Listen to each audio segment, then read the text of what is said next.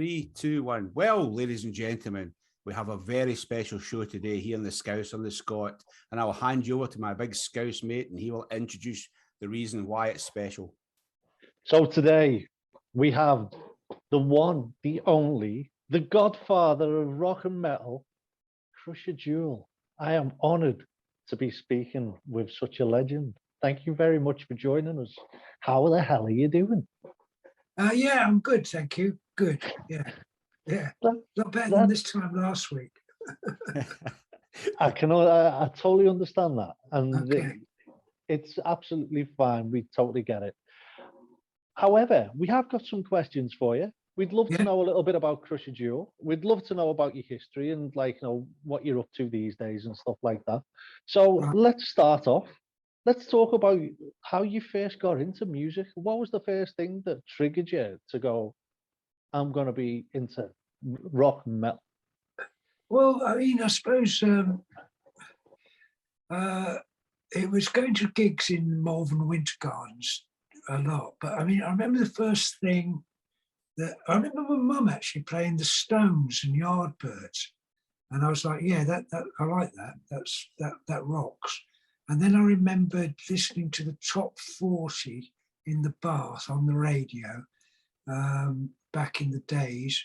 And there was a band called Love Sculpture. And it was, what the fuck was the name of the track? It was a brilliant track. It was a piece of classical music. It was an instrumental that they'd done. Sabre Dance, that's what it was called, Sabre Dance. And I remember hearing that on the top 40, and it was so different, basically because it rocked, it really rocked. And I was like, yeah, I like this. So that was sort of my early rock, input. And then, as I say, I used to live in the country, and the only place you could go to was Malvern Winter Gardens to watch gigs. And they used to have one gig a month. Sometimes, if you're lucky, they'd have two. And I basically saw everybody there. I saw, Deep Purple, Taste, Yes, Caravan, Bonzo Dog Doodah Band, Keith Hartley Band, Savoy Brown, you name them. I think I've sort of more or less Tyrannosaurus Rex before they came T-Rex. I saw everybody there. Black Sabbath, fuck me, I can't forget Black Sabbath. Yeah, I mean, that was it. I think I saw more or less everybody from the late 60s to early 70s that were kind of on a biggish level, apart from Led Zeppelin there. Did you manage to catch up with Led Zeppelin at some point? Yeah, I did. Yeah, I saw Led Zeppelin. I saw them on their last gig, actually, at Nebworth. They did I think it was a weekend at Nebworth, and a couple of shows. And I think I was at the last one. I don't remember, but I think I was on acid, to be quite honest.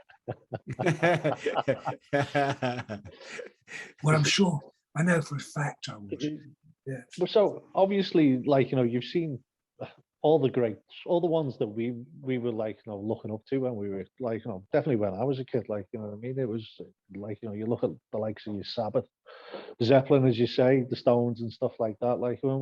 Was there any one guitarist or one vocalist that you thought you are just next, jaw dropping? Not to start off with. I did get into Keith Richards for a long time, but that was in the late 70s. But at the beginning, I don't know. I mean, my Hendrix was my hero.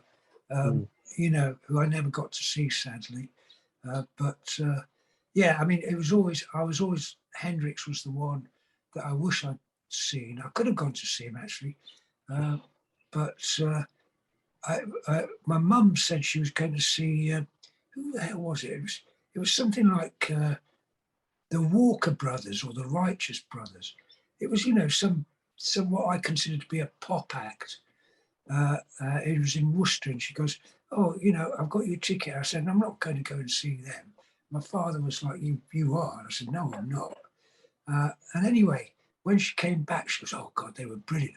Except for this black man. He kept riding his guitar and putting it behind his head. And I was like, oh God, no. Why didn't you say that Hendrix was on there? Because that was the thing in those days of Krusher. They used to put, you know, when you, I mean, everybody's or most people's read Ian Hunter's Diary of a Rock Star, which is a brief trip that he did over. I've read that. Yeah, and I mean, but when you saw the bands that they put together, you know, for shows, it was fucking weird. You know, some of the things like you just said there. Well, there was an even worse one with Hendrix. They put, I believe, they put Hendrix out with the Monkees. Jesus. Remember? Yeah, and I mean that was just a disaster. I think they got Hendrix off it fairly fast, to be honest. But yeah, I mean, can you imagine? I mean, you know, the bands themselves probably had a great time, but the audience that had come to see that, you know, it would have been screaming little girls, and you know, they just would not have understand what Hendrix was about. But it's like it would be like putting Metallica out with Taylor Swift.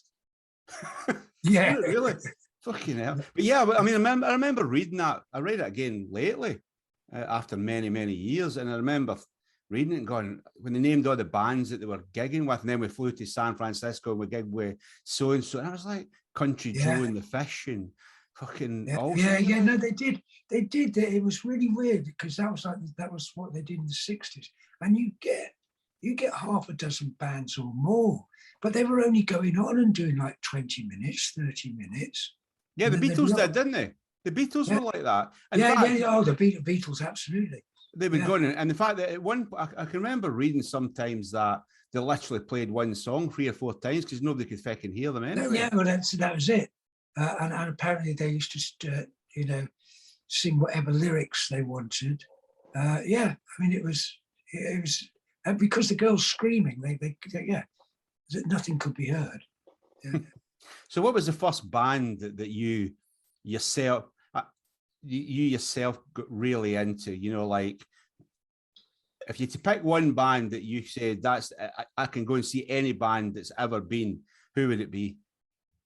Well, as I say, you know, I mean, Hendrix was definitely a big influence, but I didn't get to see him. But I mean, there were 2 gigs at Malvern Winter Gardens that really did. It was a turning point of making me want to work in the music industry, and it was I think the first one was September '69. And that was Taste and Deep Purple on the same bill. And that's Rory Gallagher, wasn't it? That's Rory Gallagher, yeah. And Taste were brilliant. But Taste were like simplicity itself. They were a 3-piece. They had very little equipment on the stage. In fact, if I remember rightly, Rory Gallagher, there were some speakers at the side of the stage, but actually behind Rory Gallagher, it was just like a little wooden chair with a tiny Vox amp on it. But they were making, don't get me wrong, they were making a lot of noise and they were brilliant. And then during the interval, I went to the bar to get a pint. And as I was sinking a pint, I hear Deep Purple have started, so I get it down fast. And I go back in, and instead of the simplicity that was Taste, there's a wall of Marshall speakers. There's strobes going on. There's Ian Gillan with hair down to his fucking, you know, back of his knees, going backwards and forwards like that. You can imagine what that looked like with the strobe lights. And there's Richard Blackmore swinging his guitar around his head, which was on fire. And that's just the beginning. That's just the beginning. And you thought you were on acid again, mate. No, I wasn't. No, but I'm saying it would feel like you were. This was way before I was taking acid. Right. But I remember actually Hawkwind played at Malvern Winter Gardens. And they came out, that's when Lemmy was with them. I was talking to Lemmy about this. And they used to come out, they used to have bags of acid that they used to offer you. And I remember them offering it to me. And I was like, no, my dad's going to fucking pick me up. No. But yeah, and then the other gig that I saw there was, talking of acid, it was Black Sabbath. And again, that was a mind-altering gig. And I remember sitting in the car going home and thinking to myself, I don't know what I'm going to do, you know, if it's a road crew or be in a band or, you know, a manager or whatever, but I'm going to be in the music industry. And that was, I think, that was March the 30th, 1970 that I saw. It was just, I think they were just about to release the second, Black Sabbath and Black released the second album. I could be wrong, it might have come out. But anyway, I remember talking to Ozzy and the band. Well, it was Ozzy, Geezer and Tony. I got that, I had a poster from that gig, which I got out and which they'd all signed, I think, at the gig, apart from Geezer. So I said, look, Geezer, can you, which he did, he signed it for me. But I got Tony to sign it again and Ozzy. But Bill wasn't there, but Bill had signed it the first time.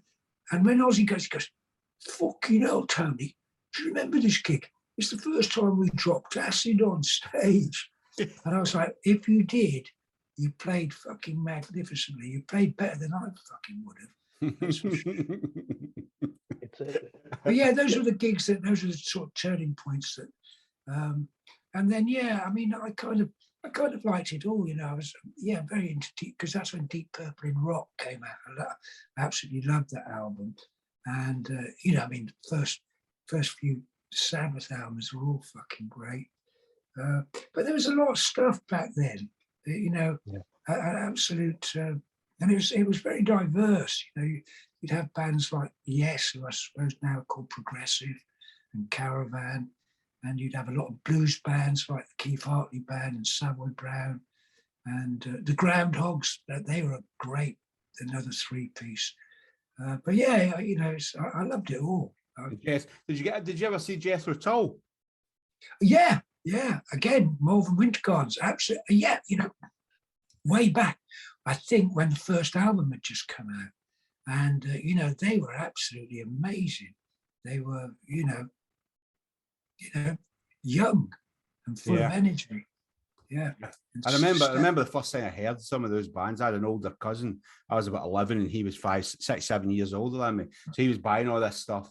He had a record, he had a stereo, and we didn't. So I used to go to his house and he used to put these things. And I mean, it was like so fucking loud. His room was shaking. Yeah. And I can remember at 11 sitting there, and I think it was Thick as a Brick came on. And I was like, what the fuck is this? This is amazing. And the same with the Who, Won't Get Fooled Again. And I just remember them absolutely blown. And I mean, you're obviously a little bit older than me because you were actually seeing those bands. I never did because I was like, I was born in 61. So I didn't see them. It's sort of like, I didn't go to see bands until 77, 78. So the first band I saw was Thin Lizzy doing Live and Dangerous tour, you know, so it was that kind of level. But having said that, the ones that got me into the music that I love was the bands that you actually saw. Yeah. Fuck it. It was a cool time, wasn't it? Really. Well, they were the foundation. Well, I mean, the real foundation, of course, is that, you know, your rock, your Elvis Presley's, Jerry Lee Lewis and Little Richard and all of that. And the blues, to be quite honest, is the real foundation. But that's, you know, 60s to early 70s, that's the foundation of a lot of the rock metal scene that goes on now. Did you ever get into the sort of country rocks that are Allman Brothers and all that, or? Yeah. Leonard Skinner and all that. Yeah, but that kind of came later, didn't it? Yeah, absolutely.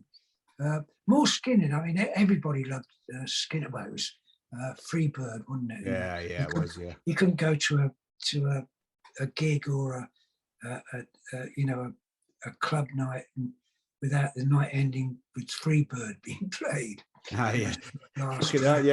be fair, even when in the 80s, it was the fucking same with most rock clubs. But yeah, I mean, I used to, you know, Skinner, then Blackfoot later on. Yeah, Blackfoot, great band. Yeah, Jim Dandy. Molly. Molly Hatchet, all them kinds as well. Yeah. There's been some great fucking bands, haven't there? So when you said you said there that you decided you didn't know what you were going to do in the music business. So let's talk through how you actually got into the business, if you don't mind, Krusher. Yeah, well, you know, I liked, I was only, the only thing I was really good at was art, to be honest. Although I did fail my art O level. Well, I failed all my O levels, to be quite honest. But I don't know if people know what fucking O level is now. I suppose it's like GCSEs. And, I got O levels as well, mate. So we're two of a kind. but then I went, unbelievably, even though I failed everything, because of the strength of my work, Herefordshire College of Art accepted me for a 2-year foundation, as long as I passed, I think I had to pass two O levels in the first year and 2 A levels in the second year. And I think I walked away with 2 or 3 O levels and definitely 3 A levels. And then I got into Goldsmiths College in London, which, I mean, I loved Hereford. Hereford College of Art was probably the best 2 years education of my life. But Goldsmiths was a fucking pile of shit, to be honest. So I had a good, don't get me wrong, I had, fantastic 3 years there, but it didn't do anything really for furthering my art career. And they failed me, actually. They failed me. And then I got a job working on a local newspaper called the South East London Kentish Mercury, unbelievably designing adverts for them. I'd never done any graphic design, but because I was quite a neat artist, I kind of fitted in quite easily to doing that. And then I went out with I got a girl, well, she picked me up actually, and her father was a strange guy, and he offered to set me up. He said, leave the newspaper. I'll get you an office, set you up. And he worked for Total Oil, and he also did something in the boxing industry as well. He said, I'll put some work your way, but you've got to go out and find work too. And that's what I did. He set me up, which was really decent of him. Was paying my rent until I could pay it, and then I just kind of went around all the record companies. Went, I think, all the majors, and none of them offered me any work. And this was probably 76. Yeah, 76. And it's just when punk was starting. And I went around a lot of the small labels, and I got some work. First single cover I ever did was for a punk band called Eater, whose novelty was that their drummer was only 12 years old. That's brilliant. His name was Degenerate. Them were the days. yeah. And then they just kind of, I got a few bits and pieces, and then I got in contact with a guy called Barney Bubbles, who was a big, his work, he used to do album covers for Hawkwind, and he later on went on to do everything for Stiff Records, which was like, and he came up with the expression, if it ain't stiff, it ain't worth a fuck, which was a great expression. But yeah, but he was actually in the phone book, and I just phoned him and said, would you have a look at my portfolio? And he said, yeah. And he was really complimentary about it. That's and he used to have little brainstorming sessions where he'd get half a dozen of us round, and basically, get us pissed and stoned, and then steal every good idea that we came out with. Nothing wrong with that. And then one day he phoned me up. He goes, look, I know you've done holiday brochures and stuff like that. He said, I've got a tour program I've got to do, but I'm so busy, I haven't got time. Do you think you could do it? I said, yeah, who's it for? He goes, it's Blondie. And it was like Blondie's Parallel Lines tour. Wow. He said, again, I think that was 77. And through that was for a merchandising company that was run by Motorhead's management. And they saw the program, really liked it, and said, oh, right, we've got this band Motorhead. They're going out on tour. It was their Overkill tour. And they said, we want you to design the program for that. And basically that's how it all grew from just being in the right place at the right time, a lot of it.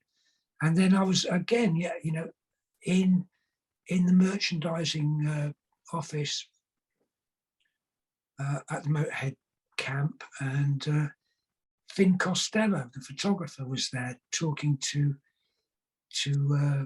the woman who ran the merchandising company, a lady called Eve Carr, right? She was the partner of Doug Smith, who was Motorhead's manager. And Finn had seen some of the programs I did. He said, "Look, I really like your stuff. I've got to do this one with Rush for a European tour. Do you fancy doing it?" I said, "Yeah, I'd love to do it." And through that, he then said, "Right, my next big album," because he'd done like Kiss, Kiss Alive, Deep Purple's Burn. I mean, you know, he'd done a lot of really famous album covers. And he goes, "Yeah, my next album cover that I've been approached to is Ozzy, Diary of a Madman. Do you fancy having a go at doing some ideas, get some ideas together?" And that's how it, you know, once I'd done that, you know, the world was my oyster. Because that was the first one. That was the first time I ever remember seeing your name anywhere. That one, when it came out, I can remember. Yeah. I think it was in Kerrang or somewhere like that, or it was a magazine anyway, and it was you were mentioned in it, and the artwork and everything. That's certainly the first time ever I saw. I can vividly remember seeing your name. Yeah. Some album cover as well, mate, to be remembered for that one alone's fucking. Yeah. Great. Well, it was its 40th anniversary. That's scary, mate. Yeah, I know. Yeah, at the weekend, 40th fucking anniversary. It's crazy, isn't it? It's crazy. Yeah. So tell us how you got into TV, because this is where I remember you from. This is why you struck up as a. That was when I was working at Kerrang. Yeah. And it wasn't called Noisy Mothers or Raw Power then, although I had very little to do with Raw Power.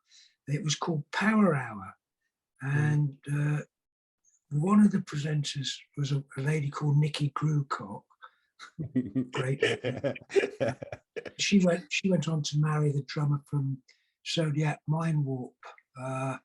His name was Slam Thunderhide. But anyway, and Dante, who was the assistant editor at Kerrang, Dante Benuto, they'd asked him to do some little spots on the Power Hour. But again, he was a busy man, and he said, "You know, do you fancy having a go at doing it?" So I went in and you know, got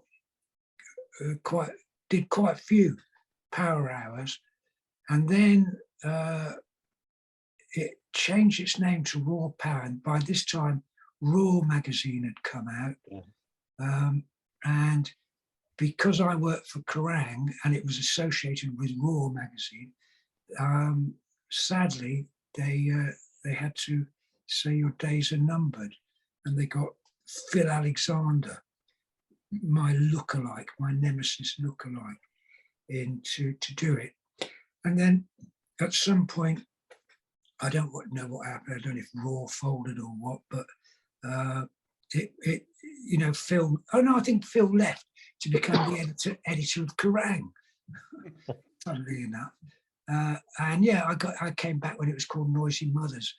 I think Noisy Mothers lasted for about a year, and then some idiot at ITV decided there was no future for rock, and do you know what? Dropped the show. It's one of the most disappointing things to actually hear that they dropped it, because it was the stable. Yeah, if they'd have carried on with that, God knows, it would have been. I know. We could have been having our own festivals and tours, and I'm sure it would have developed. 100%, Chris, because I remember going into school and everyone going, "Did you watch it last night?" Yeah, watched it. Stayed up to watch it midnight or 11 o'clock or whatever it was. No, everyone's walking in like that. Like at 3 o'clock in the morning. Yeah, it was in London. Yeah. But it was one of them where everyone was talking about it the next day. Yeah. And like I say, it was one of the reasons why I follow the music that I follow today, because it was like, you know, you was putting the videos on, you was interviewing the bands that we all like your Extreme, your Pantera. It was a very good mix, because Anne Kirk, who's my co-presenter, she was also a producer, one of the producers, and you know, she loved all the Bon Jovi and the big hair, cock rock, and I like the heavy stuff, and she knew that I like, and so that's why we had Pantera and Sepultura, you name it, Testament, all the heavy stuff, and that's not so much. I didn't get to choose. Anne that chose all the stuff. I just presented it. I've got to ask, if there was an opportunity to go back and do it, would you do it again? Or would you do it differently? I'd only go back if we could revisit those days, make it like a retro classic rock metal show. I mean, I don't know fuck all about what's going on in the rock metal world anymore. When did you stop sort of like looking at the new bands then, Krusher, roughly? Probably about 10 years ago. Was that just a case of there was nothing new coming through? I couldn't hear anything new coming through. And I mean, I stopped buying rock mags about 10 years ago, and then I didn't really, I'd hear things, but I'd be like, oh fuck no, that's from that's ripped off from so and so, and that's ripped off from so and so. And no disrespect to young bands, it's almost impossible not to sound like something that's from the past, because it's all been done. But I mean, I'm more or less, I do. Well, I did Bloodstock, and I used to do Monsters of Rock festivals, and I did the Ozfests and in this country, and I did the Ozfest in America for a couple of years. But I think Stone Dead is about the only festival I'll probably do next year, because I just can't do 3 or 4 days of fucking festivals now. It's just like one day, that's enough. Well, one day always used to be enough. That's why Monsters of Rock was so fucking brilliant. That's what that's what I was used to. One day, Monsters of Rock, Castle Donington. Yeah. I was at the first 4 or 5. And then I still remember my first one, which was 94. And the ticket was about 30 quid or something like that. And what a day, what a lineup. It was like, you'd had Extreme on, you'd had Pantera, you'd had Sepultura on. It was that Aerosmith. Aerosmith, that's the one. Aerosmith headlined it with Extreme below. Yeah, I was the MC on that one. I was the MC DJ. It was absolutely amazing. It was it's the first time that I got to see Zakk Wylde in Pride and Glory. So that was, he opened up. What a show! What an amazing day! Like, and it's like it ticked all the boxes, and that's one of the reasons why I follow it. With you guys pushing it, it's just one of those amazing things. Like, and I don't think you can ever redo it, but it's one of them where I'd love to see something along those lines. Stone Dead's trying to do it, but obviously they have a very limited budget. Because it's Stone Dead came about from just fans who loved Monsters of Rock and wanted to bring back that one-day event. And, these fans got together and basically did it. And, that first one they had with Skid Row, it was incredibly, but the budget, and it's all volunteers, this apart from paying for the bands and the stage and, whatever has to be paid for, everybody else is working that for free. And I think if Stone Dead carries on the way they are carrying on, in a few years' time, they can slowly expand each year. And, they're going to start thinking about doing it soon, because a lot of the bands that I'd love to see playing it would probably be dead. Yeah, it's true. Unfortunately, it's true. So let's talk about the two things, like, because you were very, very pally with another legend who sadly passed away, i.e. Lemmy. I believe, like, as I say, I know you're reading some stories that you used to get on with, like, a house on fire with him, and it was just a barrel of laughs every time. Have you got any funny stories that you could share with the audience, like, you know, about your time with the likes of Lemmy? Well, there's a classic story. I mean, I don't know if you've heard it before, but yeah, I was out with Lemmy. We were at a club called the Limelight in London, and with the last two thrown out, and we hit the street, and Lemmy goes, "Have you got a bottle of Jack Daniels at your place?" I said, "No, Lemmy, I've got fuck all. I might have a couple of cans in the fridge." He goes, "That's a shame, because I was going to come back to your place and tell you that Wurzel's going out with your girlfriend tonight." And I was like, yes, fucking been trying to get rid of her for fucking donkeys. Let's go and find a 24-hour off license, buy a bottle of Jack, come back to my place, and I'll tell you why it will be a fucking disaster if he does go out with her. And that's what we did. We found an off license, bought some Jack, went back to my place, and I said to him, right, because she was posh, she's very posh, and I said, this is what's going to happen, right? You know your rule of no girlfriends or wives on tour? Well, that's going to go out the window in a couple of years. He said, never in a fucking million years.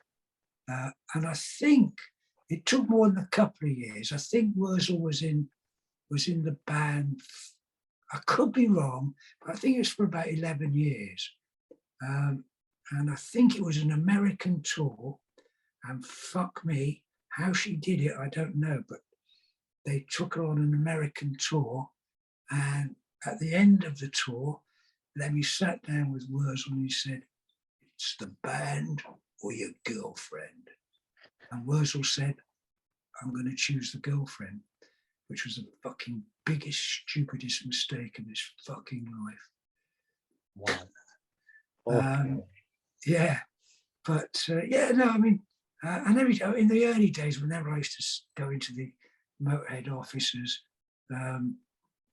we'd always end up in the fucking pub, and then they go, "You're driving, aren't you? You've got a car." I was like, "Yeah." He said, "Right," and it would either be Lemmy or Fast Eddie. It wasn't not Filthy. It was either Lemmy or Fast Eddie.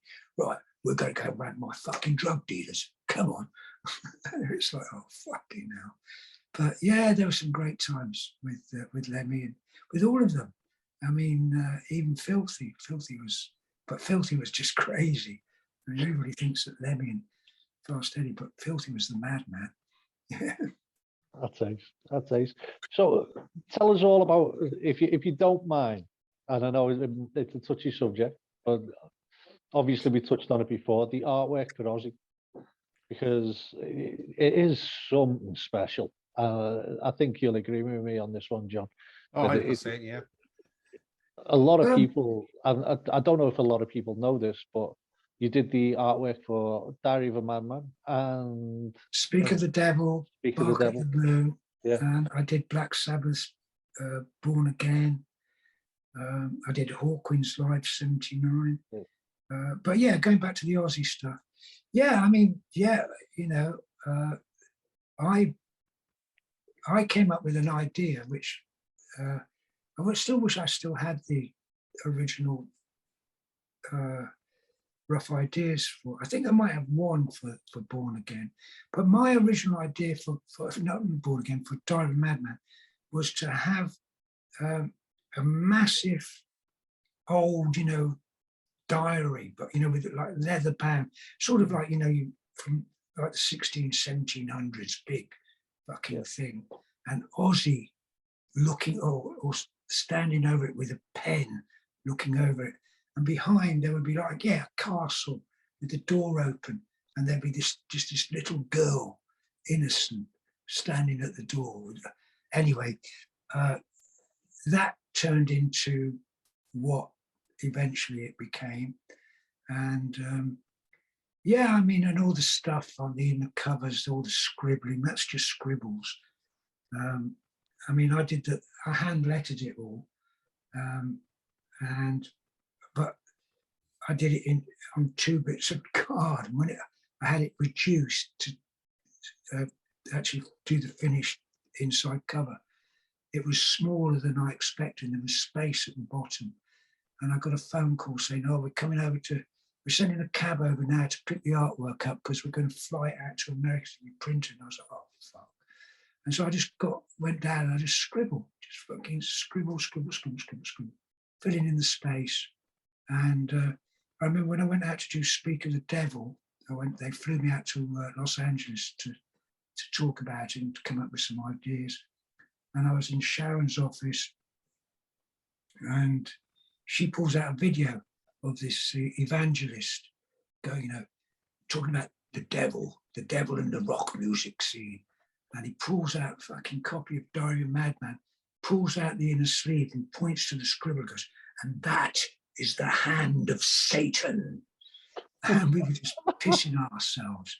I said, well, look, if we get away with fucking on the hand of Satan, why don't we just do on the next one, we'll do some runes? And Sharon was like, what the fuck are runes? I said, oh, it's like Nordic. But, it just looks mystical and fucking shit. Lord of the Rings and that. She goes, oh, yeah, that sounds like a good idea. So that's how that came about, But yeah, I got fucking ripped off royally. Sorry, no, it wasn't speaking. Yeah, it was Sharon speaking. It was definitely her, but it was her father who was paying me for the album. And on both of them, I get a phone call saying, "Come into the office. We've got a receipt. We want you to. We got your check, and we got a receipt."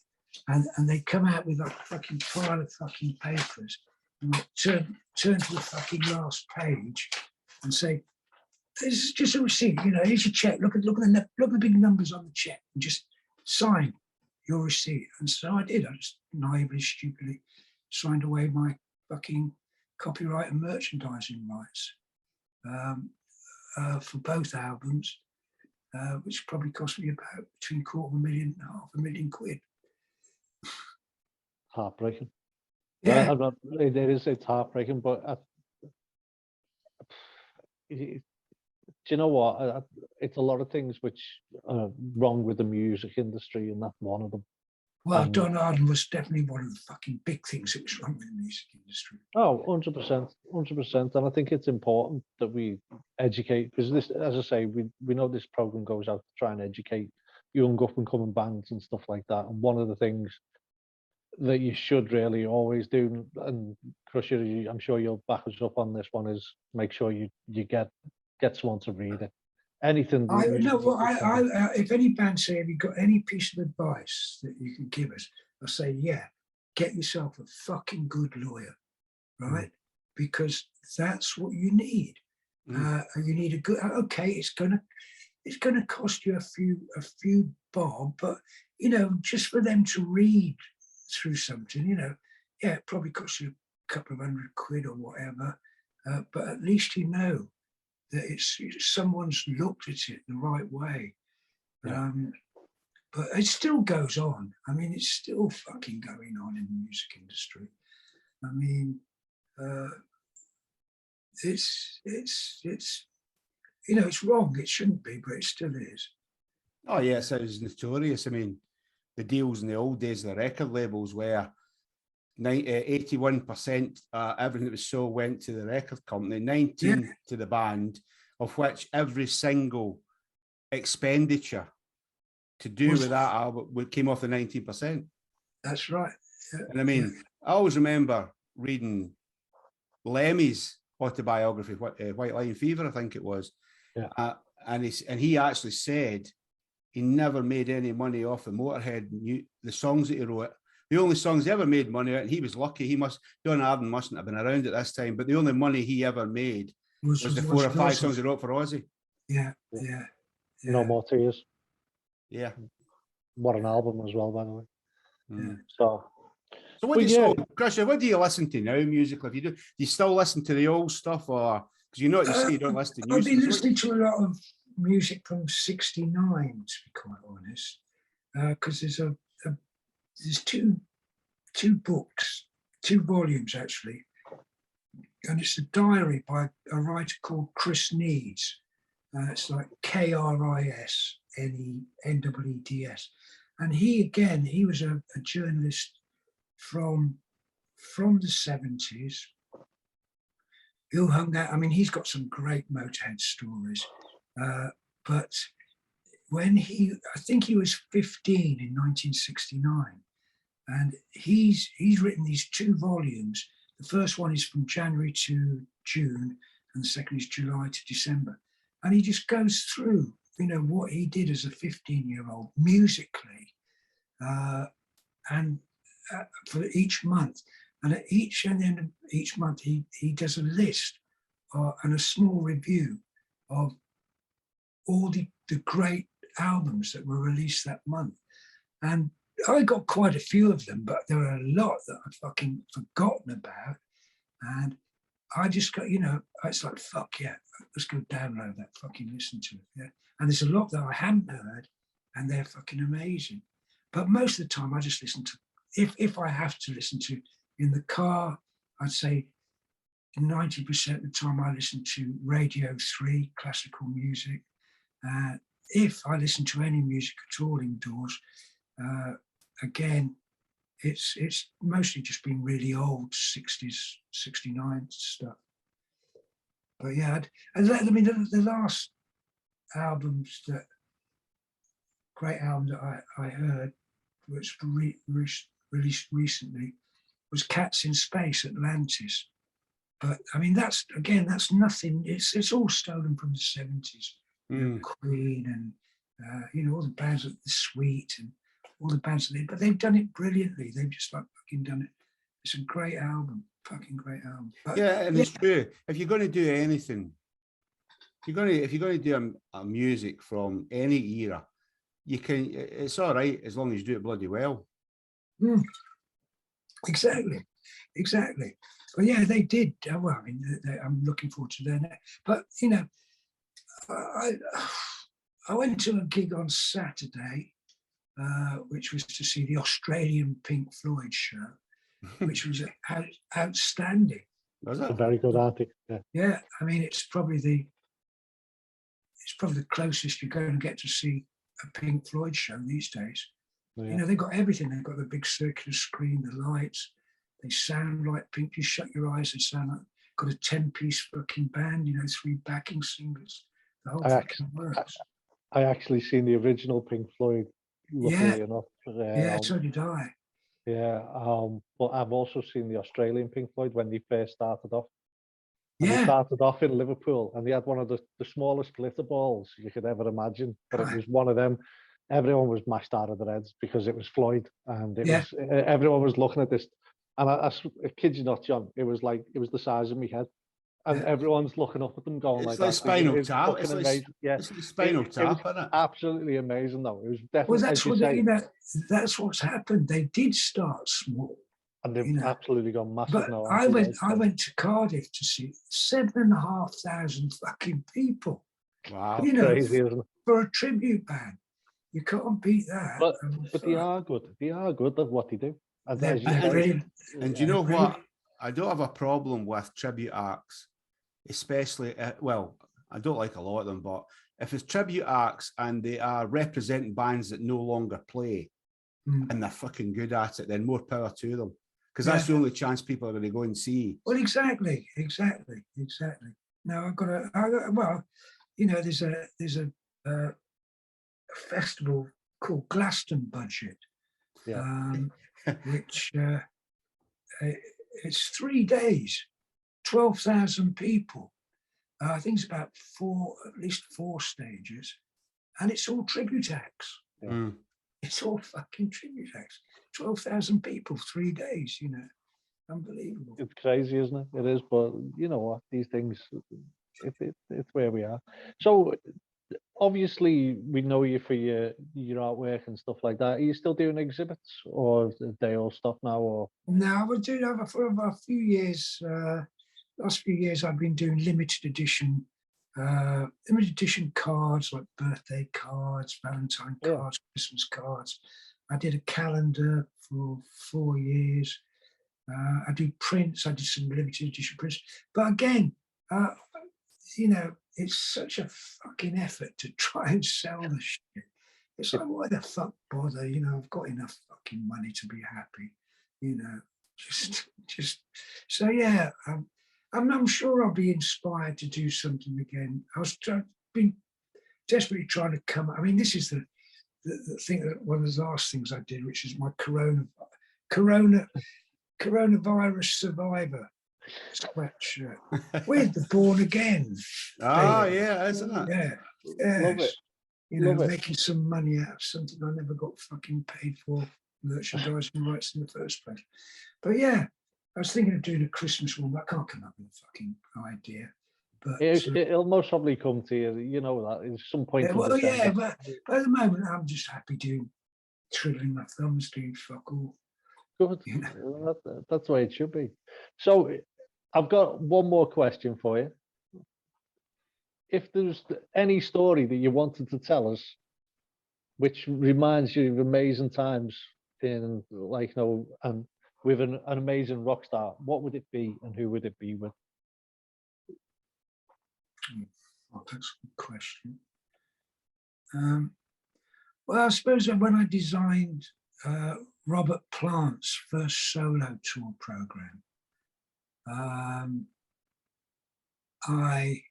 we didn't have computers back then. You did it all on paper and with like a rough outline of, you'd show them the slide or the picture and say, well, that's going to go there. There's going to be words there. I'll use a bit of this color, that color. And I got driven up to Shepperton Studios, the film studios, by, I believe, it was the woman who is now Judas Priest's manager. But at the time, she was working for Plant's manager, I think a guy called Bill Kerbishley. And we get up to this fucking massive hangar, and there's like a little door at the side, and I can hear this music going on inside. And there's like some stairs going up the side to like a little office on the side of the fucking building. And she opens the door, kicks me in, and goes, "I've just got to pop up the office, I'll be back." And pulls the door shut.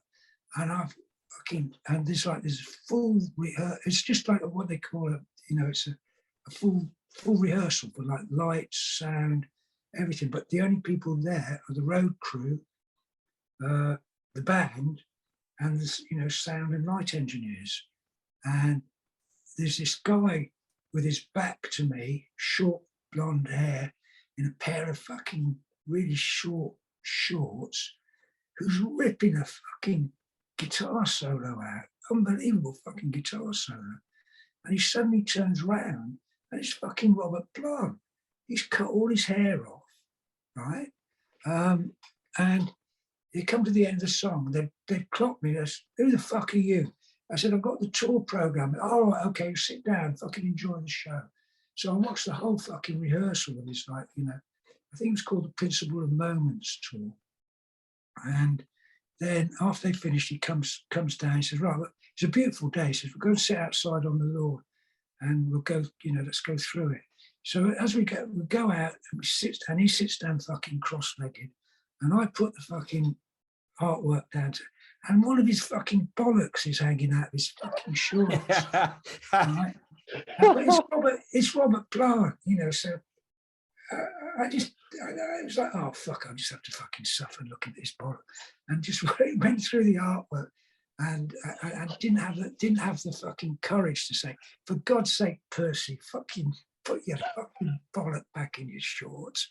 But yeah, I mean, there's a lot of stuff like that I can tell. But yeah, that's a good one. That's a good one to end on. Well, Yeah. we'll leave it. I think that is the best way to end it, with Robert Plant's Newton's Cradle swinging from side to side. Yeah. So Yeah. just leave that thought in your head, everyone. I'm glad I don't think. I'm just glad I don't think in pictures. So I don't know what to say now. You kind of screwed us all over there with that one, Krusher. I was expecting something completely clean and nice, and like all There's nothing neat, clean and nice in my life. And that's the way it should be, mate. That's the epitaph. Exactly. So from the bottom of our hearts, mate, thank you very much for attending today. We've really enjoyed it. I love catching up with you. Love hearing your stories. Guys, follow Krusher on Facebook. He is one of the nicest guys you'll ever meet. He's got some amazing photos of sunrises, sunsets, and he will actually talk to you because I've spoken to you. That's how I reached out to you on Facebook. Yeah. So say hello to him because he will say hello back. And thank you very much, mate. Really appreciate it. Over to you, John. Cheers, Krusher. Thanks very much. Well, there you go, ladies and gents. You don't get better than that, do you? And you know what to do. Till next time, hit that cowbell and subscribe.